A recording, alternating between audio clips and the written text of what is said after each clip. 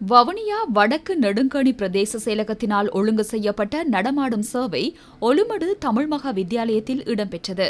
வவுனியா வடக்கு பிரதேச செயலாளரின் ஏற்பாட்டில் இடம்பெற்ற செயலமர்வில் காணி அனுமதி பத்திரம், பிறப்பு, இறப்பு, திருமண பதிவு ஆவணங்கள் பெறுதல், தேசிய அடையாள அட்டை, கடவுச்சீட்டு பெறுதல் ஆகியன தொடர்பிலும் இங்கு மக்கள் வழிநடத்தப்பட்டனர்.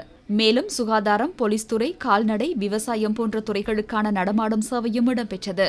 சம்மாந்துறை பிரதேச செயலக பிரிவில் நீண்ட காலமாக புனரமைக்கப்படாதிருந்த ஃபவுஸ் மாவத்தை மற்றும் முஹைதீன் மாவத்தை ஆகிய இரு வீதிகளும் கிழக்கு மாகாண வீதி அபிவிருத்தி திணைக்களத்தின் 15.5 மில்லியன் ரூபாய் செலவில் காப்பட் வீதிகளாக செப்பனிடப்படுகின்றன. இதன் பணிகளை பாராளுமன்ற உறுப்பினர் ஆதம்பாவா ஆரம்பித்து வைத்தார். திருகோணமலை தம்பலகாமம் பிரதேச சாகித்ய விழா பிரதேச செயலக மண்டபத்தில் இடம்பெற்றது.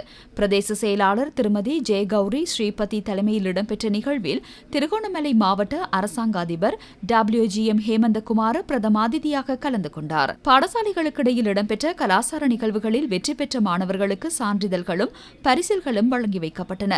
கலை கலாசார நிகழ்வுகளும் இங்கு இடம்பெற்றன.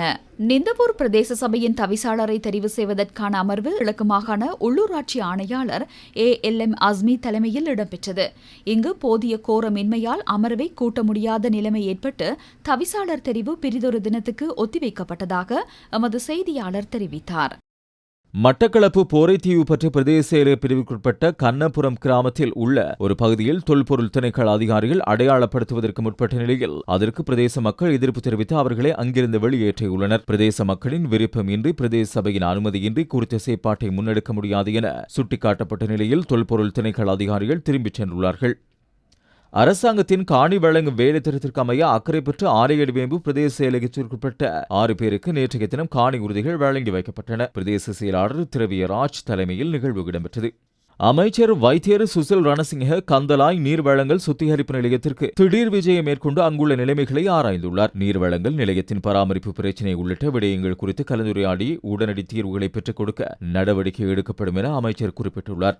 யாழ்ப்பாணம் குருநகர் கடற்பரப்பிலிருந்து சிறுவன் ஒருவரின் சடலம் இன்றைய தினம் மீட்கப்பட்டுள்ளது. உயிரிழந்த சிறுவன் குருநகர் பகுதியைச் சேர்ந்த 17 வயதுடைய ஜோர்ஜ் ஸ்டீபன் மதிவாணன் என அடையாளம் காணப்பட்டுள்ளார். குறித்த சிறுவன் நேற்று இரவு அப்பகுதியில் உள்ள கடல் அட்டை பண்ணையை பார்வையிடுவதற்காக கடலுக்கு சென்றிருந்த நிலையில் காணாமல் போயிருந்தார். அதனை அடுத்து பிரதேச மக்களால் முன்னெடுக்கப்பட்ட தேடுதல் நடவடிக்கையின் போதே சிறுவனின் சடலம் கண்டுபிடிக்கப்பட்டுள்ளது. சிறுவன் படகிலிருந்து தவறி கடலில் விழுந்து உயிரிழந்திருக்கலாம் என சந்தேகம் வெளியிடப்பட்டுள்ளது. மேலதிக விசாரணைகளை யாழ்ப்பாணம் போலீசார் முன்னெடுத்து வருகின்றார்கள்.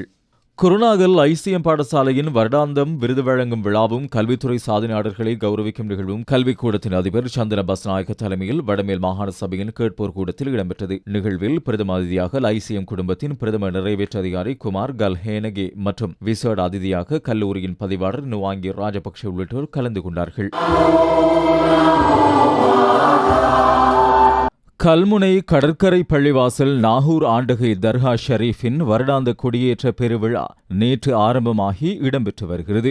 கொடி ஊர்வலம் வெகு விமர்சையாக இடம்பெற்று 7 அடுக்குகள் கொண்ட மினாராவில் கொடியேற்றப்பட்டுள்ளது. தினமும் இஸ்லாமிய பாரிய கலை கலாச்சார நிகழ்வுகள் இடம்பெற உள்ளதோடு அடுத்த மாதம் 3ஆம் தேதி லுஹர் தொழுகையின் பின்னர் மாபெரும் கந்தூரி அன்னதானம் வழங்கப்பட்டு கொடியிறக்க நிகழ்வு இடம்பெற உள்ளது.